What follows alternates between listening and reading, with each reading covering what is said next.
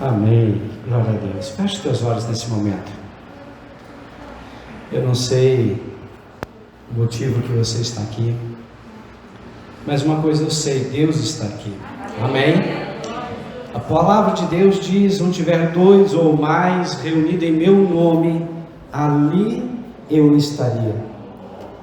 A palavra de Deus também diz que tudo que nós ligamos na terra é ligado nos céus. Nós estamos ligando agora nessa terra, que aqui é o lugar onde Deus habita.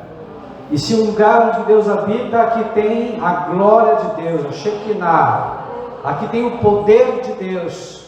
Então agora, independentemente do problema que você está enfrentando, Deus é maior que o teu problema.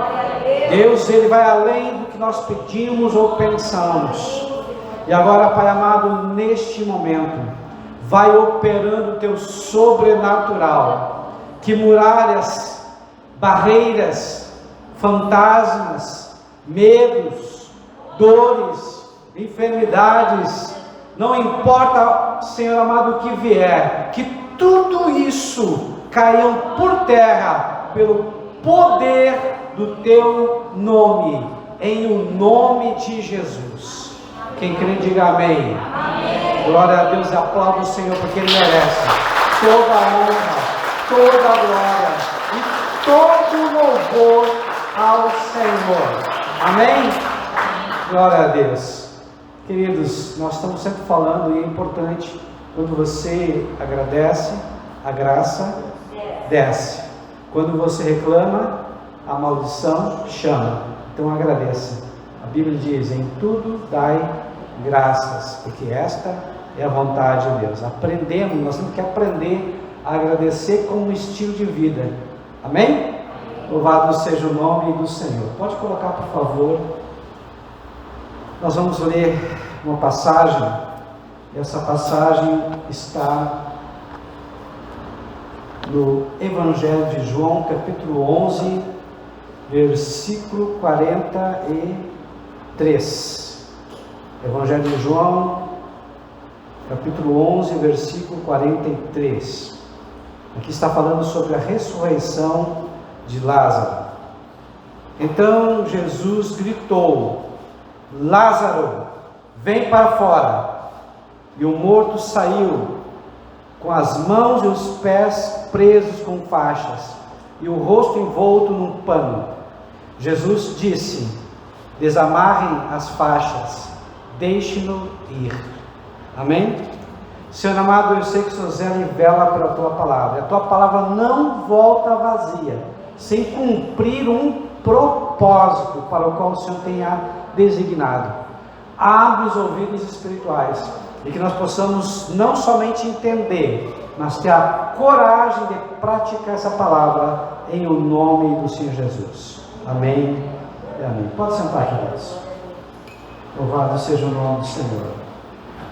Existe uma lei que é uma lei natural e também espiritual. Essa lei diz assim, que tudo que o homem semear, isso ele vai colher. Então o que nós aprendemos? Que o semear é facultativo, ou seja, você opta, você decide semear ou não, mas a colheita, ela é obrigatória.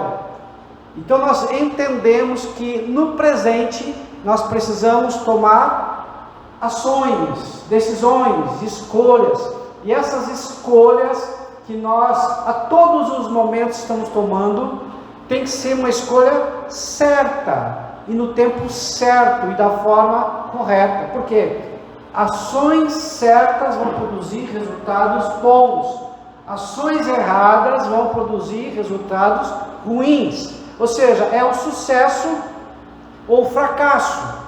Em torno de 12 horas mais ou menos no dia, desde que nós acordamos até o final do dia, nós tomamos em média 1000 decisões diárias.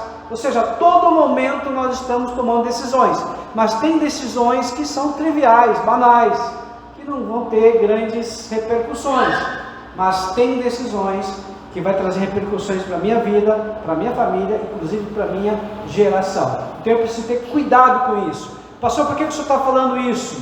Eu estou falando isso porque essa é uma palavra que fala de um milagre.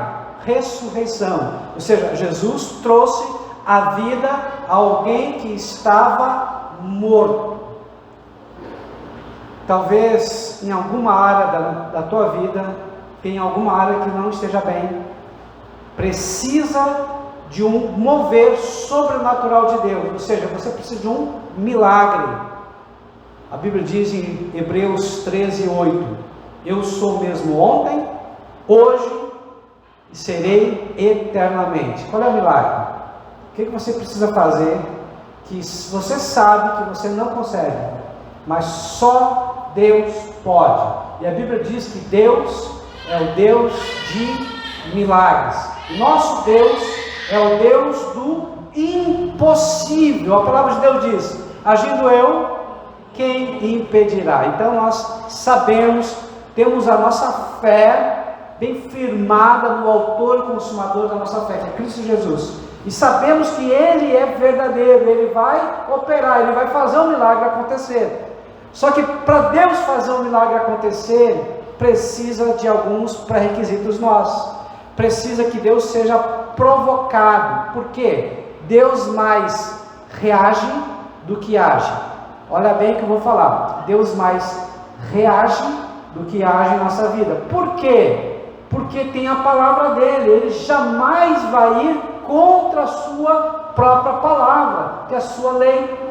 Então Deus já nos deu uma bússola, Deus já nos deu uma direção, e se nós entendermos essa palavra e termos a coragem de aplicá-la, com certeza o milagre já está a caminho. Amém? Muito bem, então Deus age no impossível, o homem age no possível. Então a primeira coisa que eu quero que vocês entendam, queridos, aquilo que é possível, eu, você, nós temos que fazer. Então tem coisas que Deus não vai mover uma palha sequer. Deus não vai fazer nada se eu não fizer, se você não fizer. Como assim, pastor? Deus já te deu inteligência, Deus te deu força, Deus te deu recursos, Deus te deu um monte de coisa que você consegue fazer. Então o que Deus vai fazer? Aquilo que você não puder fazer. Estão entendendo? Se eu não consigo mais, se eu usei todos os meus recursos e a partir dali aquilo para mim é impossível, o que eu vou fazer? Eu vou entregar para Deus. Eu vou dizer, Deus, até aqui eu andei, até aqui eu fiz, a partir daqui isso não cabe mais a mim. Eu vou entregar a Ti, vou descansar em Ti, porque eu sei que a partir daqui o Senhor vai agir, porque não há outro Deus, além do Senhor, que trabalha e age e luta por mim, se não for o Senhor. Então eu tenho que ter bem claro na minha mente quem é o meu Deus. É o Deus do impossível, das causas impossíveis. Amém? Pode passar. Então o que faz Deus agir? Deus tem que encontrar em mim, Deus tem que encontrar você algumas características. Primeira característica, fé. A Bíblia diz que sem fé é impossível agradar a Deus. Hebreus 11:6. Porque todos aqueles que se aproximam de Deus têm que crer que Ele existe e que é galardoador, recompensador. Então o que é fé?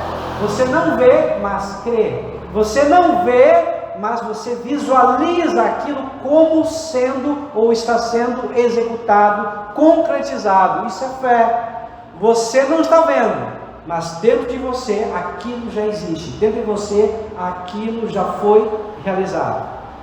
Precisa de obras. Por que obras? As obras, na verdade, é uma consequência da fé. Se eu creio, automaticamente eu vou partir para ação, eu vou obedecer, eu vou fazer. Se eu não creio, eu não vou fazer.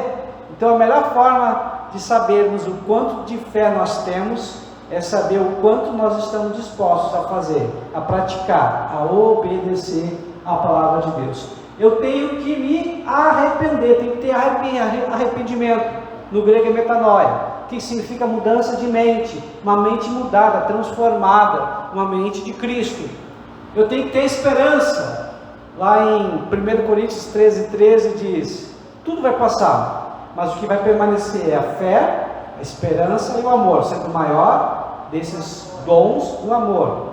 Eu preciso ter oração. Oração é orar mais ação. Oração é um estilo de vida. Quero que vocês aprendam que isso. Oração é um estilo de vida. Por quê? Porque a Bíblia diz: orai sem cessar. Ou seja, a todo momento eu estou conversando, eu estou falando com Deus. A todo momento eu estou falando para Deus: Deus, a coisa não está fácil, a coisa está difícil, está complicada, mas eu creio na tua palavra. Deus, eu estou me sentindo mal. Deus, eu estou me sentindo triste, mas a tua palavra diz que eu sou o povo mais feliz dessa terra, então eu vou me alegrar. Você está conversando com Deus, mas usando a palavra de Deus para também pregar para você mesmo. Porque nós precisamos pregar para nós mesmos todos os dias. E através da oração, ou seja, da fala, de você colocar aquilo que está dentro de você para Deus, automaticamente você está se conectando a Deus. Você está aprendendo a conhecer a Deus. E a palavra de Deus diz em Oséias 6,3: conheçamos e prossigamos a conhecer o Senhor. Quanto mais eu falo com Deus, mais intimidade eu tenho com Deus. E quanto mais intimidade eu tenho com Deus, mais o sobrenatural de Deus me alcança. Eu preciso jejuar, ou seja, eu preciso me sacrificar. Eu preciso fazer a minha parte, que é matar a vontade da minha carne. Porque a minha carne luta contra o meu espírito, para que a carne ou o espírito tenham o domínio da alma. E o que é a alma? A alma é a sede da minha vontade, a alma é a sede dos meus pensamentos, a alma é a sede das minhas emoções. Quem domina a alma naquele momento, ele tem a gerência, o controle do meu corpo. Então, se porventura eu estou vivendo na carne, o que vai acontecer? Gritaria, grosseria, falatório, se irá. Estão entendendo? Ou seja, tudo aquilo que é obra da carne. Mas se eu estou vivendo no Espírito, eu vou amar, eu vou tolerar, eu vou perdoar. É diferente. Você vai ser uma fonte do bem, não uma fonte do mal. Eu vou agir nas promessas de Deus, na palavra de Deus. Tem que meditar na palavra para isso. Amém? Vamos adiante. Então, como obter a promessa de Deus? Primeiro, queridos, eu preciso conhecer a Deus. Existem 5 perguntas que não querem calar, 5 perguntas que determinam o nosso futuro. Primeira pergunta: quem é Deus? Eu preciso saber responder na ponta da língua. Quem é Deus para você? Vou fazer um parênteses. Isso aqui que eu vou falar é psicologia junto com neurociência. Pessoas que têm problema com o pai humano, têm uma dificuldade muito grande para se relacionar com Deus, com o Pai Celestial. No filme A Cabana, se alguém não viu, por favor veja. O Mackenzie, ele sofreu um acidente, e nesse acidente ele foi inconsciente, em sonho, parar num lugar onde a filha foi estuprada e foi morta. Ou seja, o lugar da dor, o lugar onde estava cativo. E o que aconteceu? Lá ele viu Deus. Só que Deus se apresentou para ele de que forma? De que forma humana? De uma forma de uma mulher, de uma mãe. Por quê? Porque Deus sabe todas as coisas. Se Deus aparecesse para ele na forma de pai, ele ia rejeitar Deus. Ele não ia ouvir a Deus. Ele ia manter uma distância. Por quê? Porque ele tinha problemas com o seu pai terreno.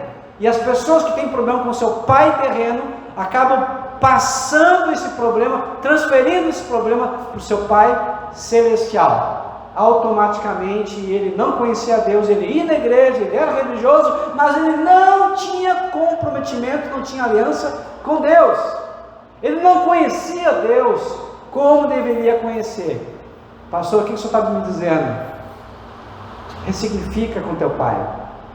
Busca uma forma de perdoar. Mackenzie, nesse filme A Cabana, ele é levado agora por uma mulher que é uma representação do Espírito Santo, numa caverna, e lá ele vê uma criança apanhando muito, ou seja, também recebendo evento de injustiça, também de dor, e ele fica cheio de compaixão com aquela criança, e o Espírito Santo, de uma forma de uma mulher oriental, pergunta: e essa criança está sendo injustiçada. E o Espírito Santo fala para ele: essa criança que está sendo injustiçada, essa criança é o teu pai. Como ele foi dar amor se ele não recebeu amor? E aí a ficha caiu. Naquele exato momento a ficha caiu. Ele entendeu que ele estava julgando o pai dele, e por isso ele não conseguia ter amor ao Pai Celestial. Estão entendendo, queridos? É uma transferência de comportamento, de emoção, do Pai terreno para o Pai Celestial. Muitas pessoas hoje, inclusive dentro das igrejas, não conseguem ter ainda um amor mais íntimo com o Pai Celestial, porque tiveram problema com o seu Pai terreno. 80% dos nossos problemas, infelizmente, não são espirituais. Não é ação de demônio, embora que os demônios ajam. Não estou dizendo que os demônios não agem, mas 80% dos meus problemas, dos teus problemas, são traumas, são problemas emocionais. São feridas que foram abertas por pessoas que deveriam nos proteger, mas não nos protegeram porque também não receberam amor, porque não receberam conhecimento, não entendiam como as coisas funcionavam. Então, primeira coisa, conhecer a Deus. Segunda questão importante, isso é uma pergunta muito importante: quem sou eu? As pessoas vivem no mundo 40, 50, 60, 70, 80, 100 anos, mas elas não sabem quem elas são. Elas têm um problema de identidade, e nós vamos ver como é importante a identidade. Terceiro, qual é o meu propósito? Ou seja, para que eu estou aqui? Porque tudo na vida tem um propósito, tudo na vida tem um porquê. Eu também tenho um porquê. Eu não sou mais um número, não sou mais um RG, não sou mais um CPF, eu tenho um propósito para o qual Deus me fez. Quarta pergunta: quem eu vou convidar para me ajudar, auxiliar a cumprir essa missão, esse propósito da minha vida?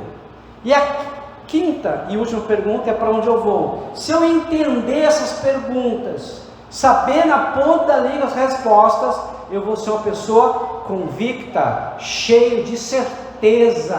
Eu não vou permitir que as dúvidas comecem a entrar dentro de mim. Eu sei onde eu estou, eu sei onde eu quero chegar, eu sei qual é a minha missão nessa terra. Já estou convidando pessoas, amigos, mulheres, filhos, para me ajudar nessa missão. Ou seja, o caminho é um caminho mais correto, claro, objetivo. Então, queridos, para te conhecer a Deus, começa com o Salmo 1, versículo 2. Pelo contrário, tem prazer na lei do Senhor e nela medita dia e noite.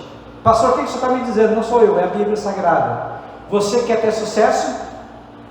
Você quer ser próspero? E a Bíblia diz que aquele que medita na palavra de Deus de dia e de noite será plantado como árvore junto ao ribeiro de águas, cujas folhas não caem, e tudo que ele fizer vai dar certo, tudo que ele fizer vai prosperar. Então a prosperidade, o sucesso em todas as áreas começa com eu meditar na palavra de Deus. Essa palavra meditar, ela é muito próximo da palavra ruminar, que nem uma vaca, um boi. Ele vai pastando, ele vai mastigando, ele vai comendo, ele engole, no caso, a grama, depois regurgita novamente e vai mascando, até absorver todos os nutrientes daquela grama. O que está me dizendo, pastor? É muito simples.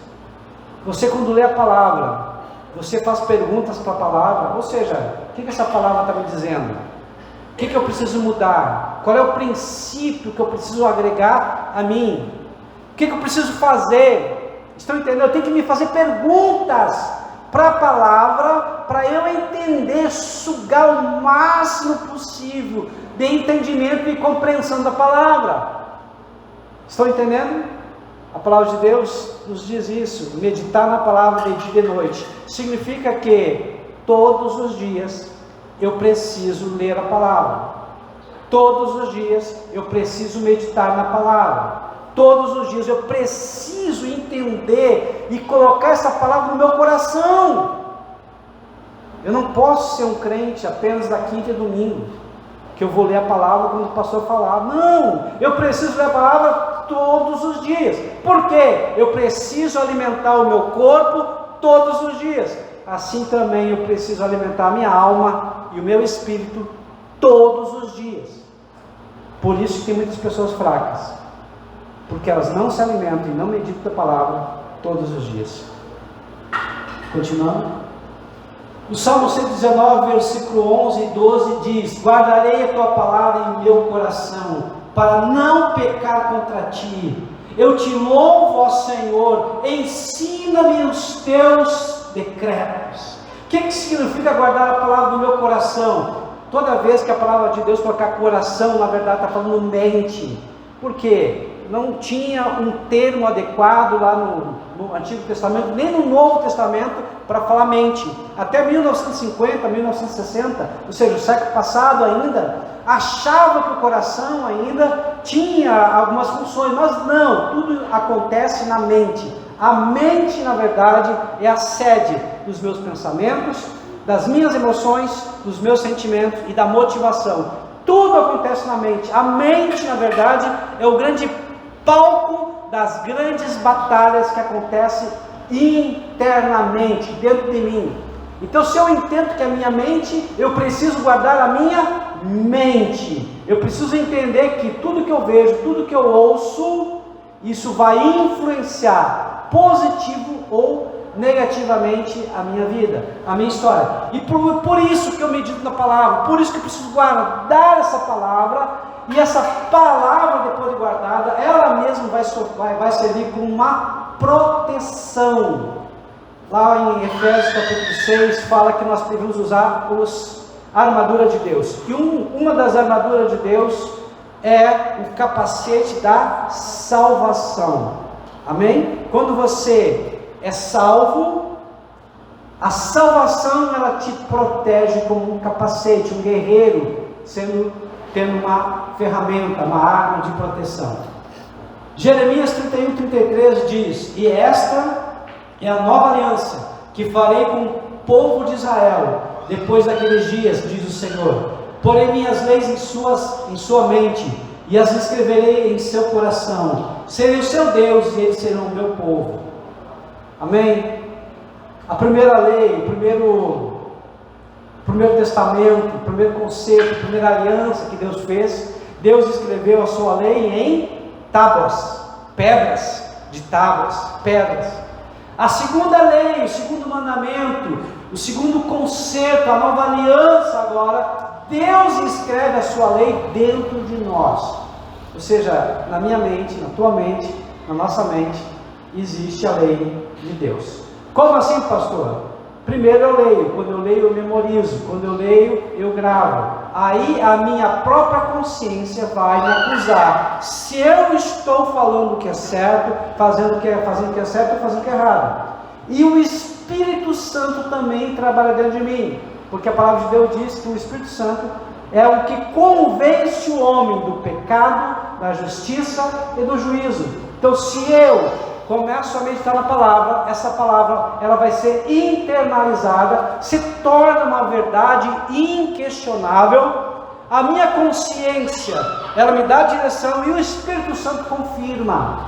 Por quê? Porque eu tenho a lei de Deus dentro de mim. Amém? Estão entendendo?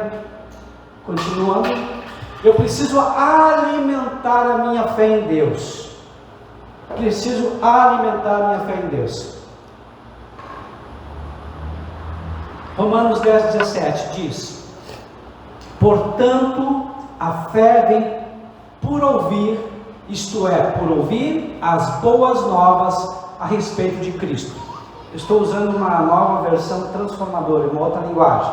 Em outra fala assim: a fé vem para ouvir e ouvir da palavra de Deus. Ou seja, quanto mais eu ouço, quanto mais eu prego para mim mesmo, quanto mais eu falo, verbalizo aquela palavra começa a agir dentro de mim, e essa mesma palavra começa a provocar fé. Amém? Essa mesma palavra começa a fazer com que eu comece a agir, a ter um novo comportamento, uma nova conduta diferente. E é isso que precisa. Como assim, pastor? Por que a fé é tão importante? Eu já disse e vou repetir: a fé é a linguagem espiritual de Deus. Ou seja, quando você fala com fé, Deus te ouve. Quando você fala com dúvida, Deus não te ouve. Pastor, me explica melhor. Vou te explicar. Você começa a reclamar, murmurar, porque eu estou doente, porque eu estou mal, porque as coisas não acontecem na minha vida. Estão entendendo? Deus vai te ouvir? Não, nem que tu chore, Deus não vai te ouvir. Agora, se tu dizer assim: Senhor, a tua palavra diz, em Isaías 53, que o Senhor levou sobre si as minhas enfermidades, ou seja, você começa a usar a palavra e acreditar nela, isso vai provocar mais fé dentro de você, isso vai fazer com que você reaja, você tenha um novo comportamento, uma nova atitude. Então, a atitude ela é provocada pela fé, e a fé provoca atitudes, uma coisa está ligada à outra.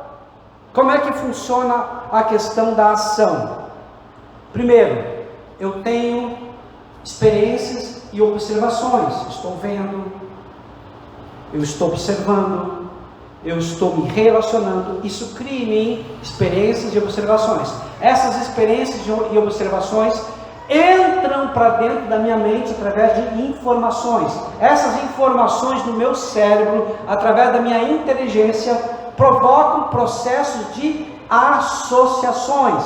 Essas associações dentro da minha mente provocam pensamentos, emoções e sentimentos. Esses pensamentos, emoções e sentimentos provocam novas ações. As novas ações, de uma forma repetitiva, criam hábitos. E esses hábitos fazem com que eu tenha novas atitudes. E essas novas atitudes, de uma forma repetida, alimentam os meus pensamentos, emoções e sentimentos. Estão entendendo, queridos? Por que da importância de eu ler a palavra de Deus? Que se eu ler a palavra de Deus, meditar na palavra de Deus, profetizar a palavra de Deus, pregar para mim mesmo a palavra de Deus, ela se torna tão verdadeira, tão viva, que eu não vou discutir, eu não vou duvidar, eu vou apenas crer, e eu vou obedecer, eu vou viver essa palavra de uma forma tão clara e tranquila. E aí o que acontece? O milagre vem. Todas as promessas de Deus, elas vêm. Pode passar um tempo, porque o tempo de Deus não é o nosso tempo, mas obrigatoriamente vai vir, porque Deus, Ele se obriga pela sua palavra, Ele vai cumprir a sua palavra. Estão entendendo? Se Deus falou, está falado. Eu tenho alguém que na minha família que ainda não é convertido. Eu vou falar, eu vou colocar um cartaz lá na minha casa, Atos 16:31. Crê no Senhor Jesus e será salvo tu e a tua casa, tu e a tua família, porque é promessa de Deus. Se a promessa de Deus vai acontecer, isso é fé. Eu primeiro visualizo, e eu começo a profetizar, verbalizar, e eu começo a acreditar, porque aquilo vai entrando dentro de mim. Então, primeiramente, dentro de mim, dentro da minha mente, aquilo já aconteceu. E para acontecer fisicamente é apenas uma questão de tempo. Vai acontecer. Hebreus 11:6 fala: sem fé é impossível agradar a Deus. Quem deseja se aproximar de Deus deve crer que Ele existe e que recompensa aqueles que o buscam. Você quer ser recompensado por Deus? Busca Ele, creia nele, confia nele, viva por ele, pensa nele, medita nele, ou seja, tenha a tua mente fixada nele e nas suas promessas, e as bênçãos de Deus, elas vão vir de uma forma natural ou de uma forma sobrenatural, mas elas vão vir. Amém? Continuando, nós precisamos obedecer a Deus. A palavra de Deus diz: se vocês obedecerem tudo ao Senhor seu Deus e cumprirem fielmente todos esses mandamentos que hoje lhes dou, o Senhor seu Deus os colocará muito acima de todas as nações da terra. Se obedecerem ao Senhor seu Deus, vocês receberão as seguintes bênçãos. E aí continua, até o versículo 14. Do 15 em diante já começa as maldições. Ou seja, não é o diabo e não é nem Deus, mas é eu. Se eu me proponho a obedecer, as bênçãos de Deus virão de uma forma obrigatória. Estão entendendo, queridos? Então a obediência atrai as bênçãos. Não tem como a bênção vir se eu primeiro não obedecer. E eu só obedeço porque eu creio. Eu só obedeço porque eu tenho fé. Eu só obedeço porque eu quero receber a recompensa. Estão entendendo? Há uma recompensa. Olhem depois os versículos posteriores, o 13 até o 14. Quantas e quantas bênçãos Deus promete para todos aqueles que o buscam, todos aqueles que obedecem a sua lei. Então, obedecer a lei de Deus é muito bom, principalmente porque traz muitas bênçãos. Então você não precisa correr atrás da bênção. Você obedece, a bênção corre atrás de você, ela te alcança e elas permanecem. Ou seja, não precisa de esforço, não é pesado, é leve. Basta apenas eu ter a disposição e a coragem de obedecer. É bem simples. Continuando. Agora ouçam. Hoje lhes dou a escolha entre a vida e a morte, entre a prosperidade e a calamidade. Deuteronômio capítulo 30, versículo 15. É Deus falando com o seu povo, Deus falando comigo, Deus falando contigo. E no versículo agora 19. Hoje lhes dei a escolha entre a vida e a morte, entre bênçãos e maldições. Agora chamo os céus e a terra como testemunhas da escolha que fizeram. Escolham a vida, para que vocês e seus filhos vivam. Deuteronômio 30, 19. Então a vida, o sucesso, a prosperidade está na obediência. Quando você escolhe, decide obedecer, independentemente da circunstância, independentemente do que você acha, independentemente do que você está sentindo, não importa, você vai obedecer. E o que vai acontecer? A bênção vai chegar. É ser inteligente, é ser sábio obedecer. Amém? Obedece a palavra de Deus e você vai ver que as bênçãos virão, te alcançarão e permanecerão na tua vida. Continuando ainda,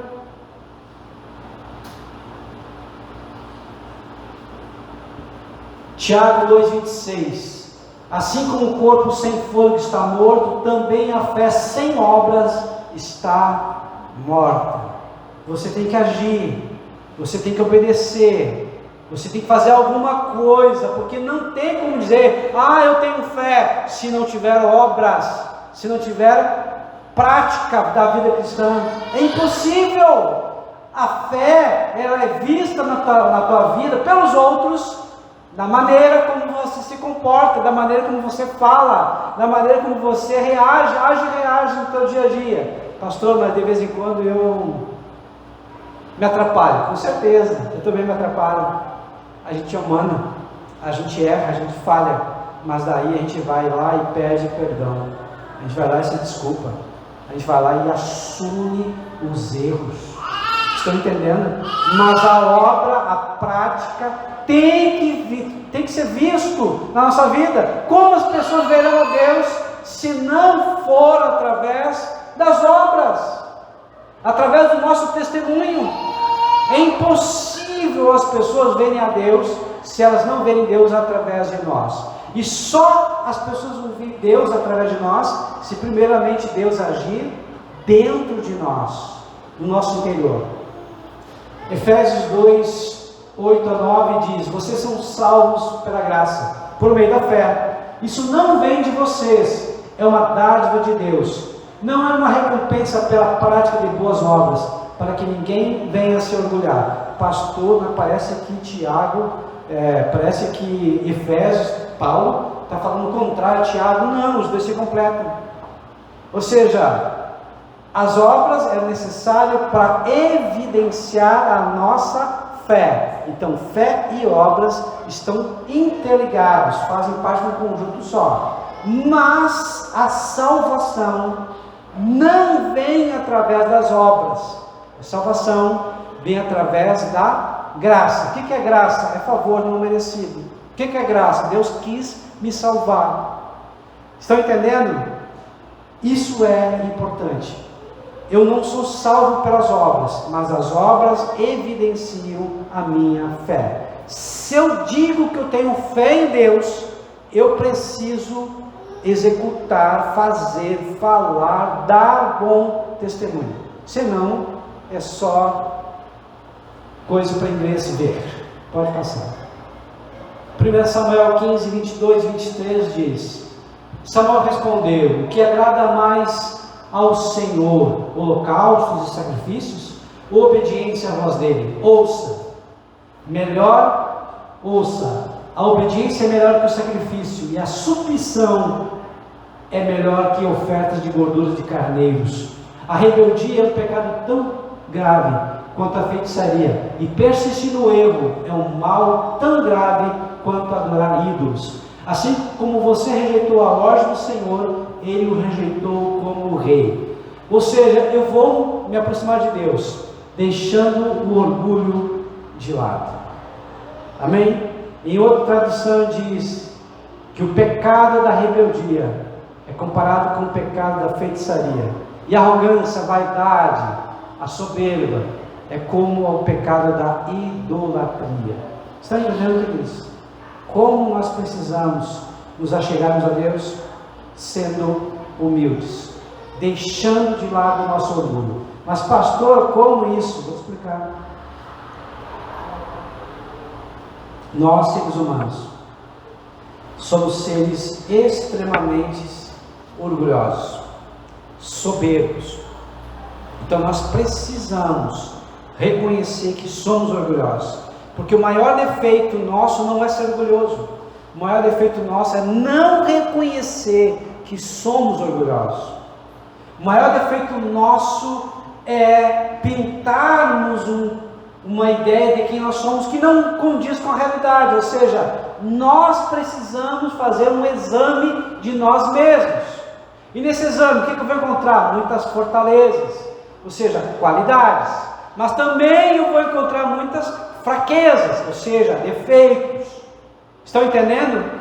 As minhas fortalezas eu tenho que manter, mas os meus defeitos eu preciso urgentemente corrigir. Para isso eu preciso de muita coragem. Por quê? Porque eu tenho uma grande habilidade. Qual é a minha grande habilidade? Que é a tua grande habilidade? Julgar, criticar e ver os erros do outro. E qual é a minha grande debilidade? Enxergar os meus erros. Então, em primeiro lugar, uma orientação pastoral: ora e peça para que o Espírito Santo mostre para você quais são os seus piores erros. Faça uma avaliação de você mesmo. Como assim, pastor? Muito simples.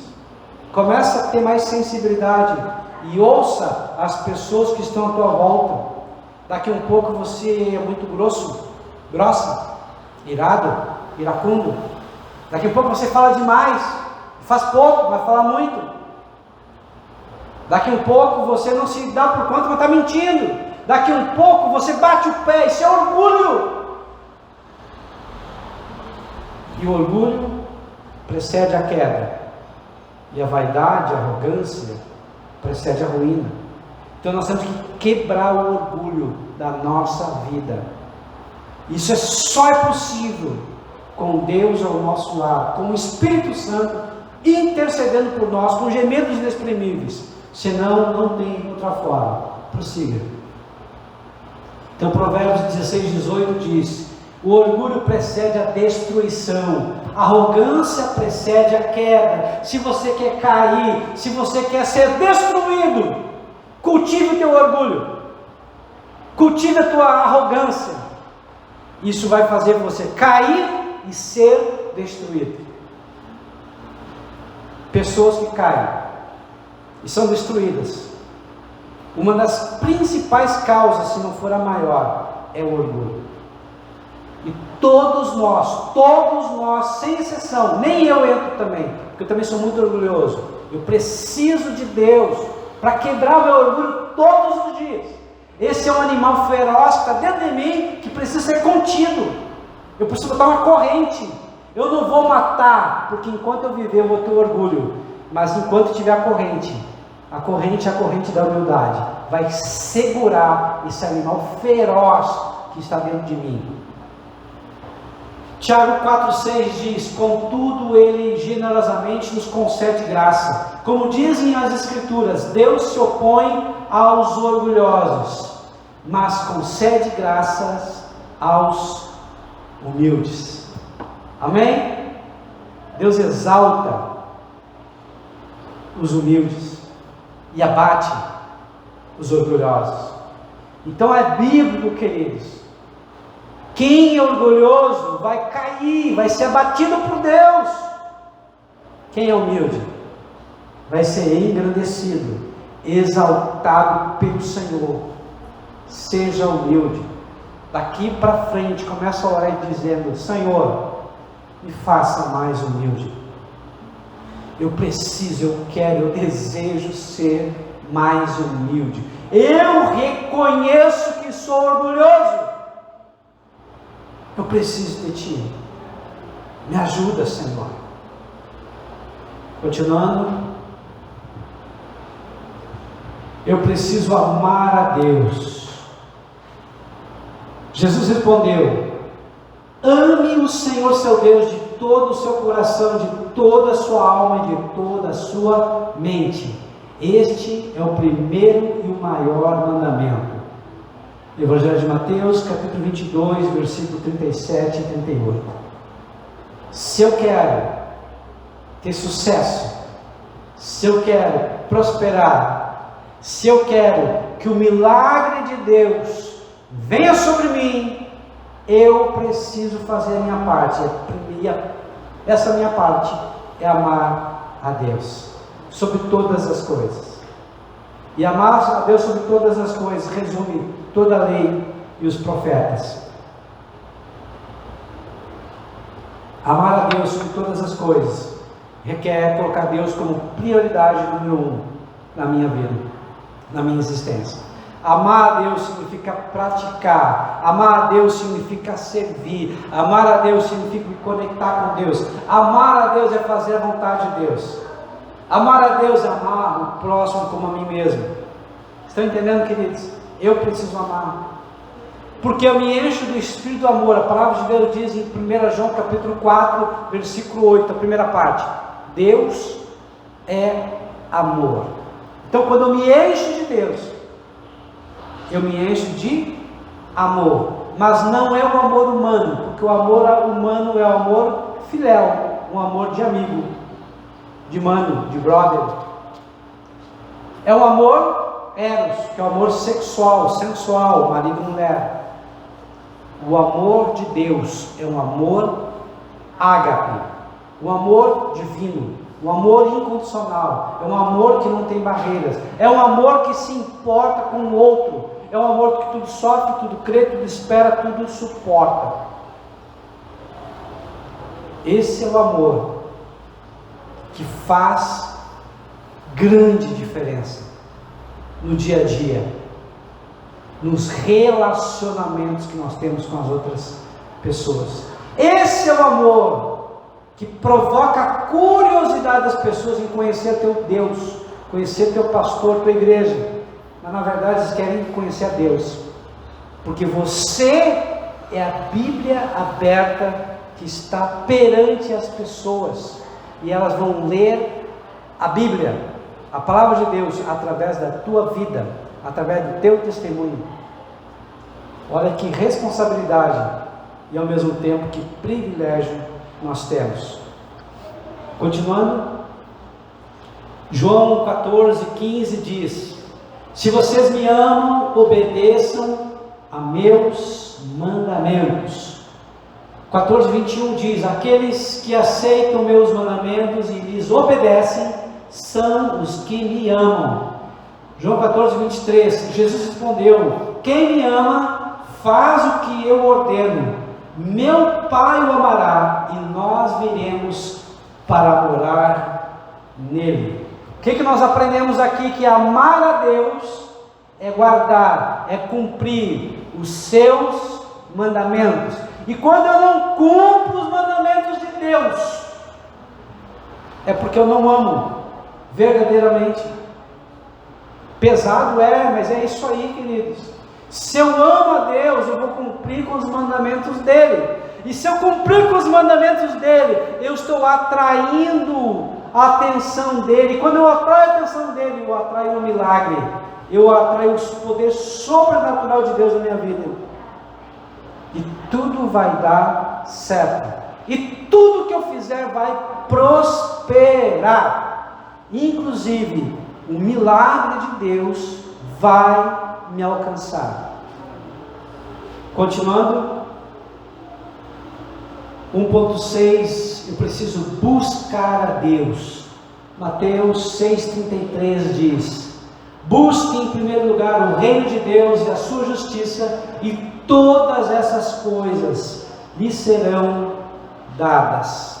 Em outra tradução diz: buscar em primeiro lugar o reino de Deus e a sua justiça, e todas as demais coisas vos serão acrescentadas.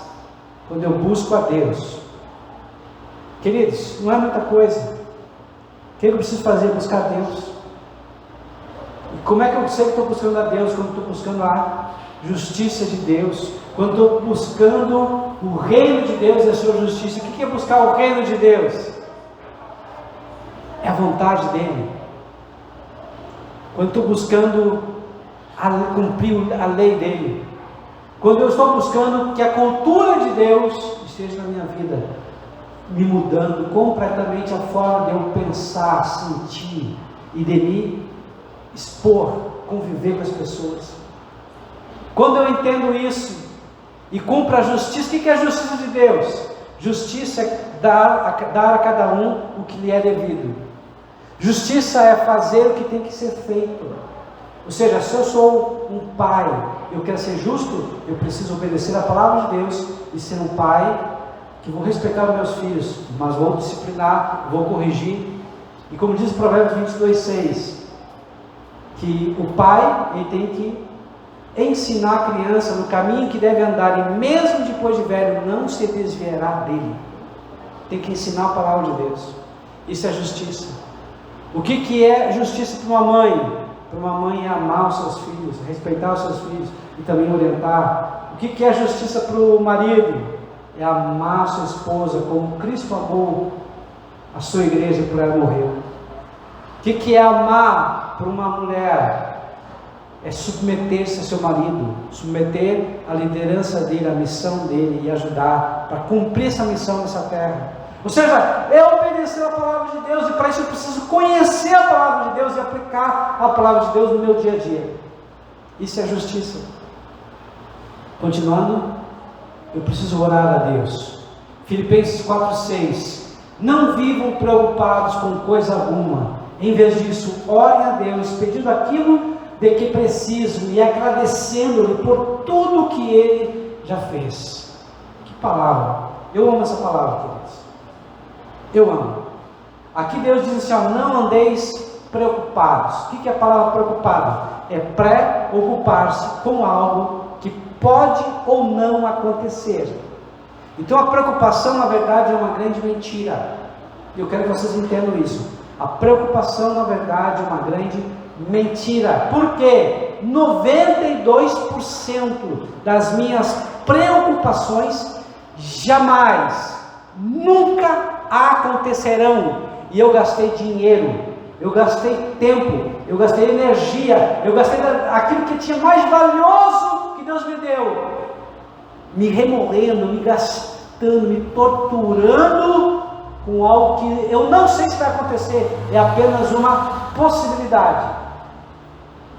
Eu deixei o medo entrar, eu deixei a dúvida entrar, e eu vou falar algo para vocês que eu tenho falado ultimamente. Quem dorme com dúvida, acorda com medo.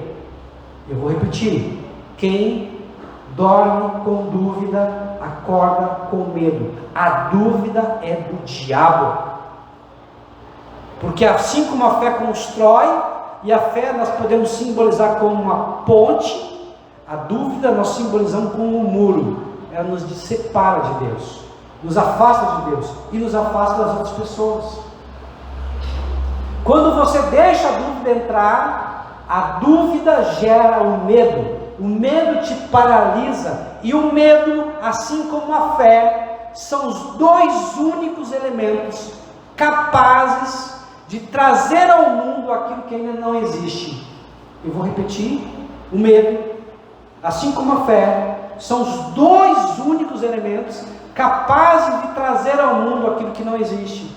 Por quê? Nós começamos a alimentar ou a fé, que é algo positivo, ou o medo, e aquilo acontece. Pastor, me explica, vou te explicar. Vamos supor que você esteja dirigindo, é um dia de chuva, e você se descuidou e você bateu o carro na traseira de um outro veículo. Agora, toda vez que chove, você fica preocupado, receioso, ou seja, com medo de bater o carro novamente. E quando você começa a alimentar isso, o que vai acontecer? Você vai bater o carro. Por quê? Porque você está alimentando a tua mente com essa possibilidade. E o medo, além de paralisar, ele vai trazer à realidade aquilo que você está pensando. O medo é uma mentira. E o pai da mentira é o diabo. O diabo é o pai do medo. Você compreendeu o que eu disse? O medo é uma mentira. O diabo é o pai da mentira. O diabo é o pai do medo. Pastor, que você está me dizendo que toda vez que você se deixa ser levado pelo medo, você canta a chuva e levanta assim. Ele te ama a chuva, canta assim. Você está se deixando ser influenciado pelo diabo. Eu quero criar dentro de você agora uma revolta, um nojo do medo. Eu quero que você se levante e diga: chega, basta, eu não vou permitir mais medo na minha vida. Eu quero que você se veja como Deus te vê e diga: chega, para, basta. Precisa haver uma indignação. Não é contra pessoas, não é contra Deus, mas é contra o diabo, contra essa situação. Deu para entender? Foi claro? A partir de hoje, você está proibido de ter medo. Pastor, mas há um perigo, e o perigo é real, e eu tenho que tomar uma ação, uma atitude. Sim, mas não use o medo, use a prudência. Como assim, pastor? Me explica. O perigo é real. Você pode agir de duas formas: ou através do medo que te paralisa, ou através do medo que vai te engessar e fazer você passar por aquilo e cair, ou a prudência. A prudência, ela vai fazer uma avaliação da situação. A prudência, ela está sempre associada à sabedoria. Lá no livro de Provérbios, diz que a sabedoria e a prudência moram juntas. O que é sabedoria? É fazer o que é certo, no momento certo, da forma certa. O que é prudência? Avaliar os riscos. Ou seja, eu vou avaliar todas as possibilidades. Se eu fizer assim, eu vou ter essa consequência. Se eu fizer assado, eu vou ter outra consequência. Ou seja, eu vou avaliar. Cada ação vai ter uma reação, cada ação vai ter uma consequência. Então, primeiro, eu uso a prudência para avaliar os riscos, verificar as possibilidades. Depois, eu crio um plano, um planejamento. Eu coloco as objeções, as possibilidades, as dúvidas que eu tenho, as possibilidades de errado, e eu procuro encontrar respostas para que eu vá agir de uma forma correta. Pastor, só nunca vai errar assim? Claro que nós vamos errar, mas vamos errar menos. E se você for procurar alguém que já passou por aquela situação, tem autoridade naquela área, você de repente nem vai mais errar. Estão entendendo, queridos? Você vai evitar o erro, porque você vai usar a razão e não a emoção. A emoção precisa ser governada pela razão. Quando você age através de um plano, de um planejamento, pedindo orientações de pessoas que já venceram naquela área, você vai vencer também. E aí o medo se vai. E a palavra de Deus diz: Deus não nos deu espírito de medo, mas Deus nos deu espírito de poder para vencer o diabo. Deus me deu o espírito de amor para poder me relacionar com as pessoas. E Deus me deu o espírito de equilíbrio ou moderação para eu ter inteligência emocional, para saber administrar as minhas emoções. Quando eu entendo isso, queridos, isso é libertador. E a palavra de Deus diz que o verdadeiro amor lança fora todo medo. Eu me encho de Deus, porque Deus é amor. A presença de Deus lança fora o medo. Se eu estou com medo, isso é um sinal que eu estou com um pouquinho de Deus. É triste, é forte, mas é real. Quanto mais de Deus eu tenho, menos medo eu tenho. Quanto mais de Deus eu tenho, mais fé eu tenho. Quanto mais de Deus eu tenho, mais coragem eu tenho. Quanto mais de Deus eu tenho, mais força eu tenho. Quanto mais de Deus eu tenho, mais certeza e convicção eu tenho. Eu me sinto super poderoso, me sinto super herói. Eu me sinto alguém que vai para frente, que não tem barreiras, que as coisas vão andar e vou conseguir em nome de Jesus. Isso não é palavra positiva, isso é poder de Deus na minha vida. Estão entendendo, queridos? É assim que Deus quer que nós nos vemos e nos comportemos, não com medo que nos paralisa, mas com fé, cheio de amor, cheio do poder dele, cheio do Espírito Santo, para romper as barreiras e vencer. 1 Tessalonicenses, capítulo 5, versículo 17 diz: nunca deixe de orar. Então agora nós precisamos orar a Deus. Amém? Orar a Deus. Então, a oração é um estilo de vida. Muita oração, muito poder. Pouca oração, pouco poder.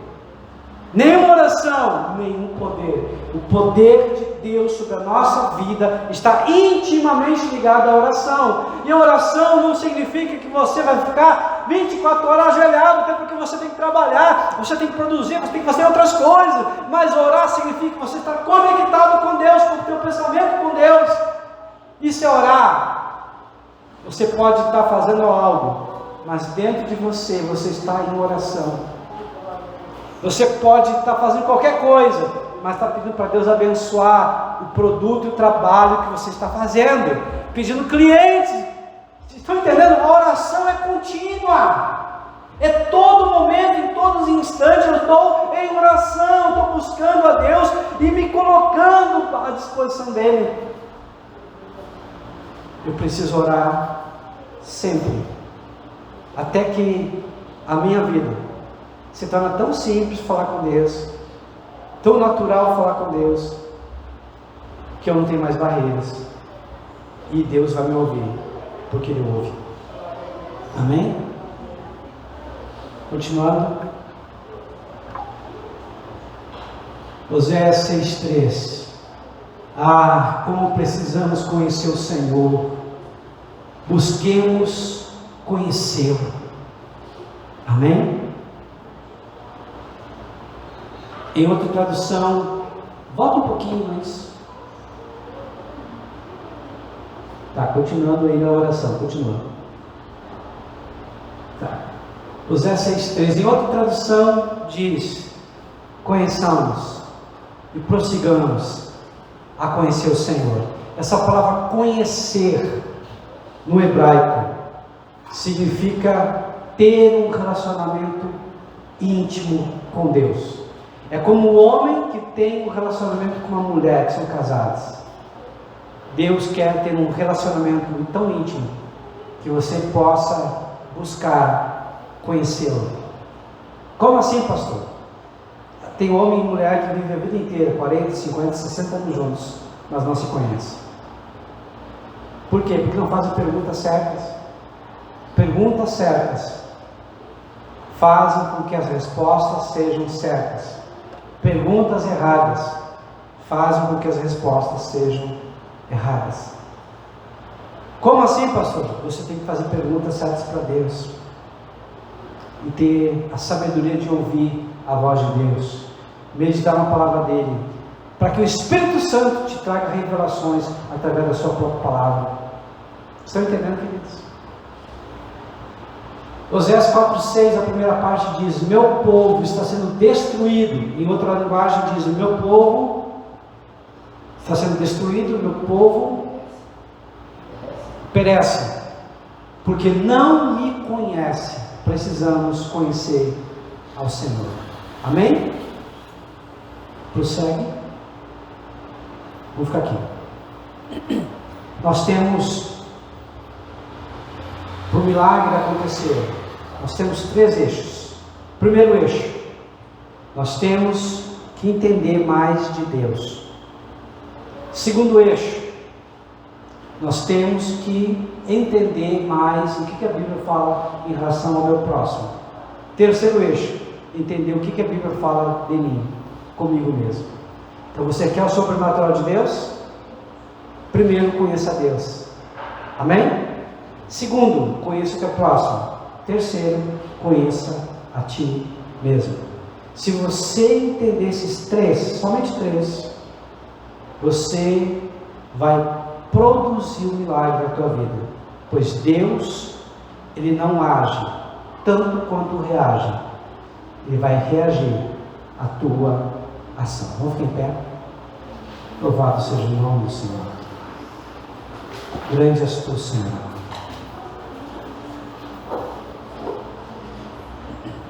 Assim como Jesus, Ele deu uma ordem para Lázaro, que já estava morto há 4 dias. Ele vai dar uma ordem para você agora. Feche os teus olhos. Coloca a mão na altura do teu coração, como um sinal de submissão ao Senhor. Como um sinal que você reconhece que Deus é teu Deus. E que Ele tem todo o poder de fazer o possível e o impossível na tua vida. Principalmente o impossível. E Ele vai agir. Deus amado e Deus bendito. Agora eu coloco, Pai, o teu povo. Povo esse que se chama pelo teu nome. Povo esse, Senhor amado, que tem um compromisso, uma aliança contigo. E agora, Pai, naquilo que eles não podem fazer, naquilo que eles não têm condições de fazer, que o Senhor esteja intervindo de uma forma sobrenatural. Que neste momento agora, Pai, pelo poder do teu nome, que aquilo, as portas que ainda estão fechadas e precisam ser abertas, que o Senhor determine aos teus anjos para abri-las neste momento agora, pelo poder do teu nome. E aquelas portas, Senhor amado, que estão abertas, mas que o Senhor sabe que se permanecer abertas, vai ser um desastre, vai ser ruína, vai ser destruição. Então que o Senhor feche essas portas, amizades, ó Pai amado, que eles possam, ó Pai amado, que aquelas amizades que foram tuas permaneçam, mas que não forem, que o Senhor dê um jeito de retirar, que pode trazer destruição para essa casa, para essa família, pelo poder do nome de Jesus. Opera o teu sobrenatural, ó Pai. Querido Espírito Santo de Deus, esteja agindo, ó Pai, na mente, no coração dos teus servos, esteja agindo de uma forma sobremaneira, e que eles comecem a se ver como o Senhor os vê, em o nome de Jesus. Amém e amém. Glória a Deus, louvado seja o nome do Senhor. Amém, querido.